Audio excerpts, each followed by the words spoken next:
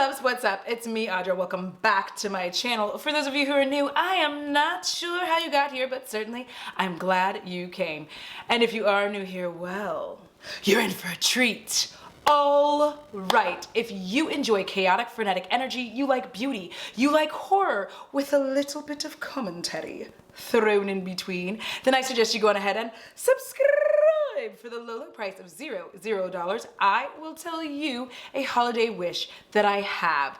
And this year, this actually pertains to this video and to you. My holiday wish is that even if you are single, like c'est moi, you don't feel alone. All right, and here are my socials. I love hanging out with y'all. It's such a good time. I love that y'all are enjoying my really lame reels on Instagram.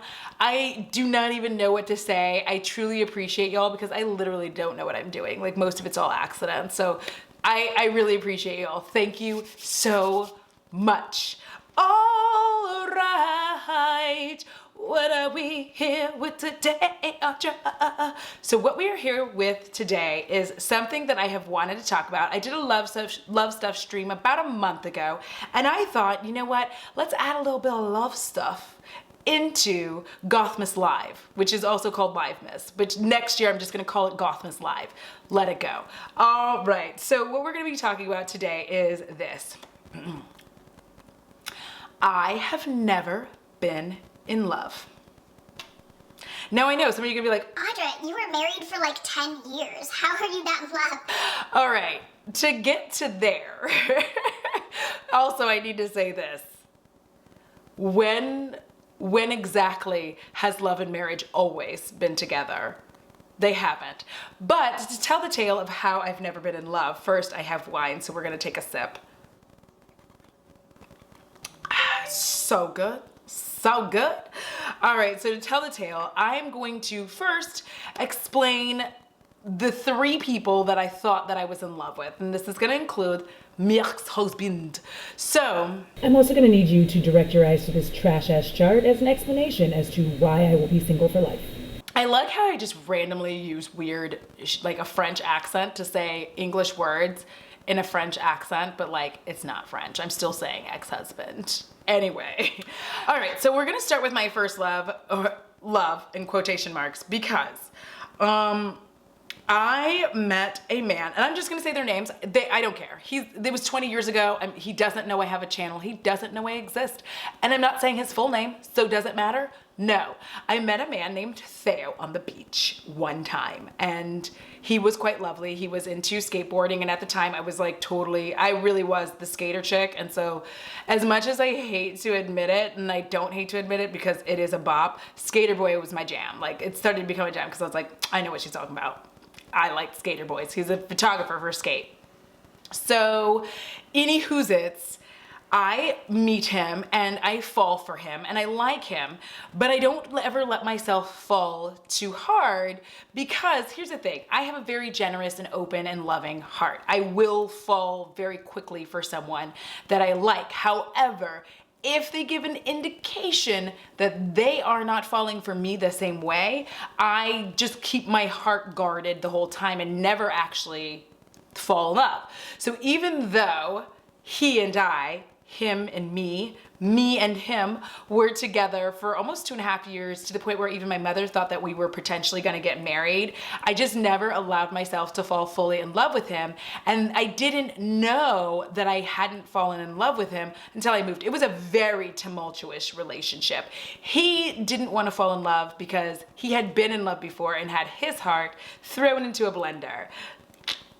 And it wasn't nice for him. And so he just decided that he was gonna stay guarded. And he is one of the reasons that I refuse to stay like guarded and not fall in love, because I saw like how he was. Like, I knew at one point that he did in fact love me, but it was too late, and I also just couldn't let go enough because I knew that it wouldn't be enough. I knew that our relationship wouldn't be enough for me at some point, because I'd just really be looking for him to say that he loved me so that I could like let my guard down, but he didn't. So I'm like, nah. So the reason that I knew that he actually did reciprocate my true, like what I wanted to happen but couldn't allow happen, was because one Valentine's Day, I of course got him a gift, which was a rose. It was just a single rose. And of course he got me nothing. And this is why Valentine's Day is also so important to me now when I'm in a relationship. But I'm never gonna forget that even though he wouldn't say anything and we just couldn't really like get together in that way, that months after Valentine's Day, that rose, even though it was dead, still stood in a little vase on the top of his bookcase. So that was number one. But the reason I knew that I didn't love him was because then I met number two. This gentleman named Sean was a rebound. And we all have them, especially if you come out of like a relationship where it was very tumultuous, like Theo and my relationships was. It was very, very tumultuous. It was up and down. We would just be together and then I would get mad and it was just a whole like soap opera of a relationship, right? So then I moved from California back to Texas and meet this guy named Sean, and Sean just showers me with affection, which, by the way, that is actually kind of a red flag when you just meet somebody and they're just like pouring affection on you.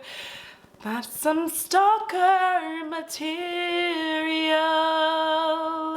Yeah, that could be some signs of like issues that they have. So very, very quickly he was falling in love with me, and I couldn't allow myself to fall in love with him because the red flag, there was just something off where I was just like, I like him and I like that he likes me, but also the amount of affection he is showing seems to be a lot. And it turned out I was right. It was also the first time in my life that I'd ever experienced emotional blackmail, and he would emotionally blackmail me to where I couldn't really get out of the relationship because I'd never experienced it before.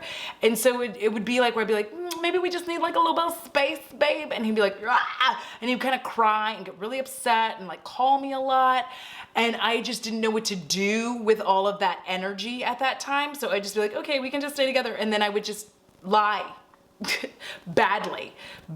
For those of y'all that don't know, I am a terrible liar. It's not in my nature. And so what would happen is I would be in a bar bathroom with my friends, calling him, telling him that I was going to sleep. I don't know why he chose to believe it, because I feel deep in my soul that he chose to believe that that's what was happening.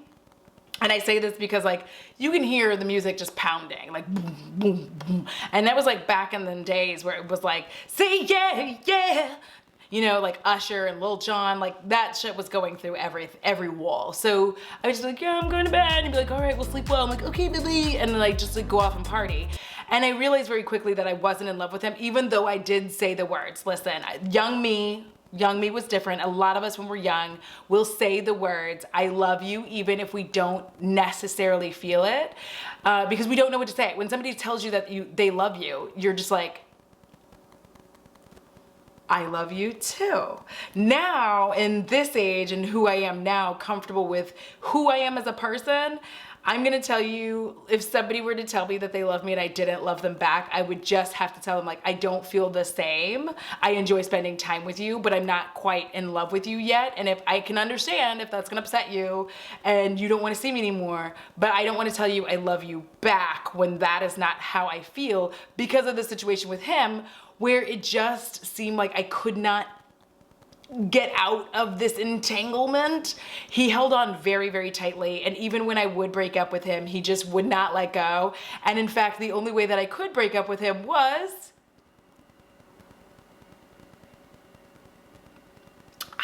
when I met my ex-husband.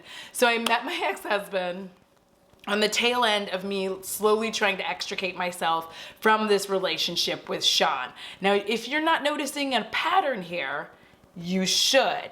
All of these relationships, like Theo was my first real relationship. Then I jumped into a relationship with Sean, and I wasn't even out of the relationship with Sean when I started. I don't see nothing wrong with a little bump and grind. When I started that with my ex-husband, and the thing about that was I liked my ex-husband because he was, out of everybody, one of the first few people that I had met who liked me for exactly who I was, or so I thought. And he liked me for who I was. He wasn't trying to change me, or so I thought. He didn't mind that I was strong, or so I thought. All of those are so I thought. But at the time when I met him, these were the things that I liked. And he was also very like macho, very like blue collar. And something about that like did something for me at the time, because I'd just kind of gone from like skater guy to kind of office wishy-washy, I don't really know what I'm doing with my life guy, and now I have like this very like blue collar, I fix shit kind of guy. So here I am with him, and I'm like, all right, this is great. And essentially he broke up with Sean for me. Like I broke up with Sean, but like I didn't really do a good job. I tried, but again, emotional blackmail, never experienced it. If you want a video about how to spot emotional blackmail and how to disentangle yourself from it, I will definitely throw that into the love stuff for January. I'm trying to have a love stuff every month, y'all. Yes. But the thing about it was I did not disentangle myself very well, and my ex-husband did all the work really on just like making that whole thing end, and then me and my ex-husband were together. Now, I have to say that of all of them, where I thought I might truly be in love, it would have been with him. I really thought that I was in love with him, but it was very quick that I began to realize maybe I wasn't, but I just threw it all to the side and to the, I threw it in places that I shouldn't have. I should have listened to the thing that was telling me like, Audra, are you really in love, or are you just like super excited that someone isn't afraid of you? I was excited that someone wasn't afraid of me. You know, I was excited that someone wasn't afraid of me. I was excited that somebody wasn't gonna take my shit, because that's the bullshit that we're constantly fed regularly. Especially as women, we are constantly told like, oh, you need to be with somebody who's gonna stand up to you and all of this business. And what you really mean is you need to be with somebody who's honest, not a pushover, because Sean was a pushover. I could do whatever I wanted. But at the same time, you don't want somebody who's abusing you either. And you also don't want someone who is making you feel bad for being who you are. And at the time, I looked at it as like, oh yeah, like he doesn't let me like do this, and he doesn't put up with my bullshit. Oh my gosh, that's such crap. Please, I'm just gonna tell you. But I thought it was. And then before we knew it, it was kind of this whirlwind romance. We met within 6 months. I was moved into, we were living together. 6 months after that, we were engaged. And like, I feel like barely 6 months after that, we were married. I just feel like everything just moved really, really fast. And I was of the mind that I would never get married. And for multiple reasons. And when I was younger, the reason was I thought I was too weird for anyone to want to marry. I was like, I'm too weird. No one wants to marry all this weirdness. Also, I greatly enjoy farting. Like, I think it's funny. I don't care that I'm 40 now. It's still funny. When you fart, this is a side note, and if you are upset by this, just wait, like give me approximately 45 seconds to a minute and then come back in. Like just mute and then like unmute. I'll do this when I'm done, okay? I'll do this when I'm done telling the story, okay? When you fart, and you are sitting down and it slaps up between your legs and makes that bubbly, gurgly sound, I love it, and it's so funny, all right? Like, I'm never gonna stop laughing at that. I laugh at it by myself. I think it's hilarious. And you know, that was the thing that I enjoyed. That was the thing that I enjoyed. That was a thing that I enjoyed about being with somebody who got that, thought farts were funny, thought my burping was funny, except for sometimes it can be very loud. Like when you have high ceilings and you burp, it like gets like a ringy sound. Anywho's it's. So it was all just moving very quickly. And I feel like by the time I really started to look at him and be like, I don't like this, I don't like this, I don't like this, I don't like this. Ooh. there were a lot of red flags I missed, and it was just too late, honestly. And I think it really did work out. Well, no, I know it worked out for the best because I never really wanted to have children, and he was really intent on having them. And I think I had just adopted what he wanted, which was to have children, so that we could just stay together. And I was afraid to be alone because I thought that that was gonna make me lonely, but I was actually far more lonely in our relationship than I was and am now. I'm not lonely now. That's the best part, is I'm not lonely now. And I think that I never truly gave my heart over because there was just always like something, the red flags were always right there. And like I said, Taurus, we love great and big, but you have to I have to have that feeling where it's completely okay for me to fall. And I felt very early in our relationship that it wasn't okay for me to fall. And so I also was in a situation where I felt like, especially in the South, that I didn't want to be like an old maid. You know, I was 24, but I was like, I don't want to be an old maid and like not married. And I was just so excited that someone wanted to marry me that I think that I just like went along with the whole thing like a fool. And then like 10 years later, finally got divorced. Cheers.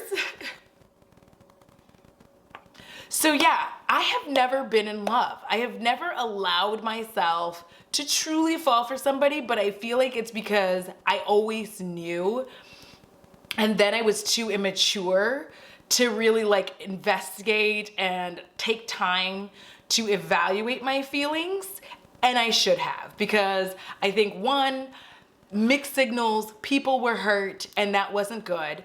Two, while I invested myself into the relationship, I also wasn't in love with them. So that kind of changes the game, right? Like I'm invested, but like also I don't love you. But also to me, it's like, well, you got to show me that I should love you. So I know that's like, whatever, that's true. You got to show me I should love you. And also, none of them did Valentine's Day properly. Not a one. And one of my love languages is gifting. Like, I like to give gifts, I like to receive gifts, and I just felt like nobody really did Valentine's Day the way that I wanted it to be done. I really wanted to be very sweet, kind, thoughtful. It wasn't even about going out to dinner. It was just about like giving a shit about me. All right, the battery is about to die. I've got to roll. I just want to say right quick before I bounce out of here, please do not, in this holiday season, feel like you have to get out there and find somebody. Don't feel alone. Spend time being single and enjoy it. The more that you enjoy it, the less bullshit that you're likely to take from a partner. All right, y'all, thank you so much for watching. I appreciate every single one of you. Huge shout out to my patrons and spooky bays. Yeah. All right. Thank you all. Have a wonderful, wonderful day. I'm so glad, hi future me in the chat, that you all stopped by for this live premiere. And until next time, it costs $0 to be kind. And honestly, it's so good for your soul. And if you don't take care of it, Krampus is sure coming for yours. All right, y'all. Thank you. Until next time, XOXO. Gothic girl. Had plenty money, 1922. Oh my God, I look divine. You let those women make a fool of you. I'm so sorry. Why don't you do right? Look at this highlight hose! Like some other men do. Follow Esty. Follow Esty. Esty's gorgeous. Get out of here. Oh, I'm gorgeous right now. Okay, I'm done. Give me some money too. Why don't you do right? Oof, we're calling out to the ancestors at this point. Like some other men do.